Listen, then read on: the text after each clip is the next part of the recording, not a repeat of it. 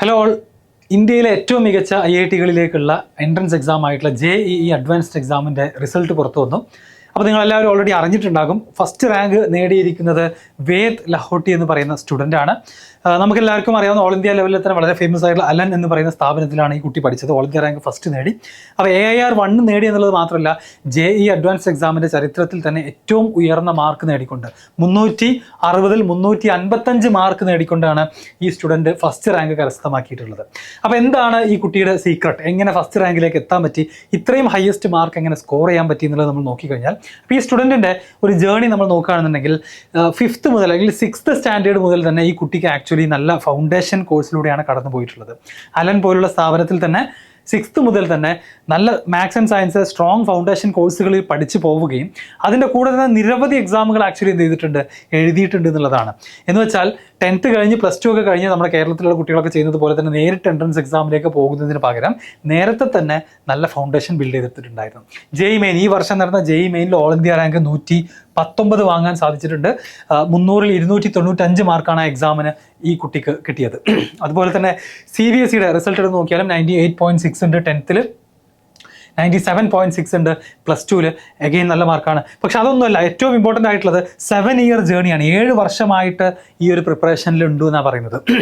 എന്ന് വെച്ചാൽ JEE advance എക്സാമിന് വേണ്ടിയിട്ട് 7 വർഷം മുന്നേ സ്റ്റാർട്ട് ചെയ്തു എന്ന്. അപ്പോൾ നമ്മളെപ്പോഴും ആലോചിക്കാറുണ്ട്, കേരളത്തിലെ റിസൾട്ട് നിങ്ങൾ ആലോചിച്ച് നോക്കിക്കഴിഞ്ഞാൽ നമുക്ക് ആദ്യത്തെ 100-ൽ ഒരാൾ പോലും ഇല്ല, ആദ്യത്തെ 200 റാങ്കുകളിൽ പോലും കേരളത്തിൽ നിന്ന് ആരുമില്ല, ആദ്യത്തെ 300-ലും ആരുമില്ല. കേരളത്തിൽ നിന്ന് JEE അഡ്വാൻസ്ഡ് എക്സാമിൽ ആദ്യത്തെ റാങ്ക് വരുന്നത് 340 അല്ലെങ്കിൽ 350-ൻ്റെ അടുത്താണ്. എന്ന് വെച്ചാൽ നമ്മുടെ കുട്ടികൾ ഇത്തരം എക്സാമുകളെ കുറിച്ച് അറിയുന്നതും അതിനു വേണ്ടി പ്രിപ്പയർ ചെയ്യുന്നതൊക്കെ +2 കഴിഞ്ഞിട്ടും റിപ്പീറ്റ് ചെയ്യാൻ പോയിട്ടൊക്കെയാണ്. പക്ഷേ മറ്റ് നോർത്ത് ഇന്ത്യൻ സ്റ്റേറ്റുകളിലുള്ള പല കുട്ടികളും ഇതിന് ആക്ച്വലി സ്റ്റാർട്ട് ചെയ്യുന്നത് വളരെ വളരെ നേരത്തെയാണ്. 6th മുതലും 5th മുതലും സ്റ്റാർട്ട് ചെയ്യാണ്. എന്താണ് ഇവർ 5th-ലും 6th-ലും ഒക്കെ ചെയ്യുന്നത്? +1 +2-ലെ പാഠങ്ങൾ നേരത്തെ 5-ലും 6-ലും പഠിക്കുകയാണോ?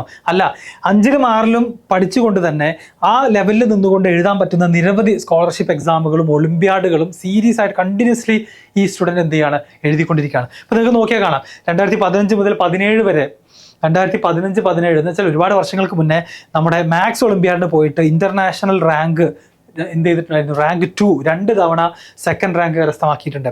അതുകൂടാതെ ടാലന്റ് എക്സ് എന്ന് പറയുന്ന സ്കോളർഷിപ്പ് എക്സാം അല്ലെങ്കിൽ ഒളിമ്പ്യാഡ് എല്ലാ വർഷവും 17 മുതൽ 22 വരെ കണ്ടിന്യൂസ്ലി എഴുതിക്കൊണ്ടിരിക്കുകയാണ്. അതിലും ടോപ്പ് റാങ്ക് കിട്ടുന്നുണ്ട്.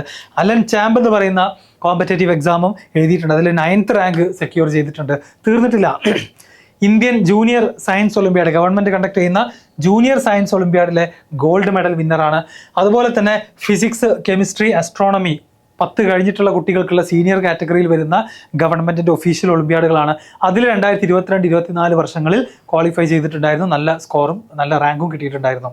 ഇനി ഫിസിക്സ് ഒളിമ്പ്യാഡിൽ again selected for the team India will represent India in July 2024. ഈ കഴിഞ്ഞ ഫിസിക്സ് ഒളിമ്പ്യാഡിലെ ഇന്ത്യൻ ടീമിനെ റെപ്രസെൻറ്റ് ചെയ്തുകൊണ്ട് ഇൻ്റർനാഷണൽ ലെവലിൽ പോകാൻ ആര് പോകുന്നുണ്ട്? വേദ് ലഹോട്ടി എന്ന് പറയുന്ന സ്റ്റുഡൻറ്റ് പോകുന്നുണ്ട്. നമുക്കൊക്കെ ഒളിമ്പിക്സ് അറിയാം, നമ്മളെല്ലാവരും ഒളിമ്പിക്സ് കാണാറുണ്ട്. ഓരോ സബ്ജക്റ്റിലും ഇതുപോലെ ഇൻ്റർനാഷണൽ ലെവലിൽ ഒളിമ്പ്യാഡ്സ് കണ്ടക്ട് ചെയ്യാറുണ്ട്. പല രാജ്യങ്ങളിൽ നിന്നുള്ള കുട്ടികൾ അവിടെ വന്ന് കോമ്പീറ്റ് ചെയ്യാറുണ്ട്. അപ്പോൾ ഈ വർഷം ഫിസിക്സ് ടീമിലെ റെപ്രസെൻറ്റേറ്റീവായിട്ട് നമ്മുടെ AIR 1 JEE അഡ്വാൻസ്ഡിൽ ഫസ്റ്റ് റാങ്ക് കിട്ടിയ കുട്ടി പോവുകയാണ്.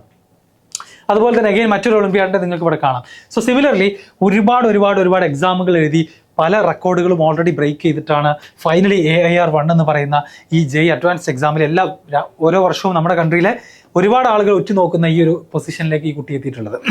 അപ്പോൾ ഇതിൽ നിന്ന് നമ്മൾ മനസ്സിലാക്കേണ്ട കാര്യം എന്താ? നമ്മൾ റിസൾട്ട് വന്നു കഴിഞ്ഞിട്ട് കേരളത്തിലുള്ള ടീച്ചേഴ്സും അതുപോലെ തന്നെ കുട്ടികളും പാരൻസും ഒക്കെ നോക്കും 1000-നുള്ളിൽ എത്ര പേരുണ്ട്. ഈ വർഷം JEE അഡ്വാൻസ് എക്സാമിൽ 1000-ൻ്റെ ഉള്ളിൽ, ഓൾ ഇന്ത്യ റാങ്ക് 1000-ൻ്റെ ഉള്ളിൽ നമുക്ക് ആകെ 9-10 ആളുകളേ ഉള്ളൂ. 10,000-നുള്ളിൽ തന്നെ നമുക്ക് ആകെ 160-170 പേരേ ഉള്ളൂ. എന്ന് വെച്ചാൽ 1%-നേക്കാൾ കുറച്ച് കൂടുതൽ അല്ലേ? നമ്മുടെ പോപ്പുലേഷൻ്റെ, ജനസംഖ്യയുടെ ശതമാനം പോലും നമുക്ക് ഈ റിസൾട്ടിൽ പ്രൊഡ്യൂസ് ചെയ്യാൻ സാധിക്കുന്നില്ല. അപ്പോൾ നിങ്ങൾ മനസ്സിലാക്കേണ്ടത് ഇത്രേ ഉള്ളൂ, റിസൾട്ട് വന്നു കഴിഞ്ഞിട്ട് കേരളത്തിൻ്റെ പെർഫോമൻസ് മോശമാണെന്ന് നമ്മൾ വിഷമിച്ചിരുന്നിട്ട് കാര്യമില്ല. എങ്ങനെയാണ് ടോപ്പ് 100-ൽ, ടോപ്പ് 200-ലും, ടോപ്പ് 1000-ലും കുട്ടികൾ എത്തുന്നത്? അവർ നല്ല ഫൗണ്ടേഷനോട് കൂടി 8ാം ക്ലാസ് മുതൽ സ്റ്റാർട്ട് ചെയ്യാണ്. സയൻസിലും മാത്സിലുമുള്ള നിരവധി കോമ്പറ്റേറ്റീവ് എക്സാംസ്, സ്കോളർഷിപ്പ് എക്സാമുകൾ എഴുതിയിട്ടാണ് അവർ 10th കഴിഞ്ഞ് +1 +2-ൽ എത്തുന്നത്. അല്ലാതെ നമ്മളെപ്പോലെ 10ാം ക്ലാസ് വരെ സ്കൂളിൽ പഠിക്കുന്നു, ഫുൾ A+ കിട്ടുന്നു, നാട്ടുകാരും വീട്ടുകാരൊക്കെ ഹാപ്പിയാണ്. +1 +2-ൽ പോകുന്നു, 1200-ൽ 1200 വാങ്ങുന്നു, എഗെയിൻ എല്ലാവരും ഹാപ്പി. എന്നിട്ട് പിന്നെ 1, 2, 3 വർഷം നമ്മൾ റിപ്പീറ്റ് ചെയ്യാൻ വേണ്ടി നടക്കുന്ന കാഴ്ചയാണ് കേരളത്തിലുള്ളത്. സോ എഗെയിൻ കൺഗ്രാറ്റുലേഷൻസ് വേദ് ലഹോട്ടിക്ക്. കൺഗ്രാജുലേഷൻസ് കൊടുത്തുകൊണ്ട് ഞാൻ ഈ വീഡിയോ എൻ്റെ ചെയ്യാണ്. ഇതുപോലെ IIT-കളിലും NIT-കളിലും ഒക്കെ ഭാവിയിൽ പോയി പഠിക്കണം എന്ന ആഗ്രഹമുള്ളവർ, JEE അഡ്വാൻസ്ഡ് അതുപോലെ JEE മെയിൻ പോലുള്ള എക്സാമുകളിൽ നല്ല റാങ്ക് വാങ്ങണമെന്ന് ആഗ്രഹിക്കുന്നുണ്ടെങ്കിൽ നിങ്ങൾ ചെയ്യേണ്ടത് 6 മുതൽ 7 മുതൽ 8 മുതൽ തന്നെ നല്ല ഫൗണ്ടേഷൻ മാത്സിലും സയൻസിലും ഉണ്ടാക്കിയെടുക്കുക എന്നുള്ളതാണ്. അല്ലാതെ +1 +2 കഴിഞ്ഞിട്ട് നമുക്ക് റിപ്പീറ്റ് ചെയ്യാൻ പോകുന്ന ആലോചിച്ച് കഴിഞ്ഞിട്ട് കാര്യമില്ല. സോ ഈ ഒരു കാര്യം മനസ്സിൽ വെക്കാം. XNY ലേണിങ്ങിൻ്റെ ഫൗണ്ടേഷൻ കോഴ്സിനെ കുറിച്ച് നിങ്ങൾ ഓൾറെഡി അറിഞ്ഞിട്ടുണ്ടാകും. അതിൻ്റെ ഡീറ്റെയിൽസ് അറിയാനുള്ള നമ്പറും ലിങ്കുകളൊക്കെ ഡിസ്ക്രിപ്ഷനിൽ ഉണ്ടായിരിക്കും. എത്രയും പെട്ടെന്ന് നമ്മുടെ ടീമിനെ കോൺടാക്ട് ചെയ്യുക. ഞങ്ങളുടെ ബാച്ചുകളൊക്കെ റൺ ചെയ്തുകൊണ്ടിരിക്കുന്നുണ്ട്. ഇതുപോലത്തെ റിസൾട്ടുകൾ നമ്മൾ സ്വപ്നം കാണണമെന്നുണ്ടെങ്കിൽ, ആദ്യത്തെ 1000-നുള്ളിൽ കേരളത്തിലുള്ള കുട്ടികളെ എത്തിക്കണം എന്നുണ്ടെങ്കിൽ അവർക്ക് വേണ്ടത് ട്യൂഷൻ അല്ല, പകരം സയൻസ് ആൻഡ് മാത്ത് സബ്ജക്റ്റുകളിലുള്ള ഫൗണ്ടേഷനാണ്.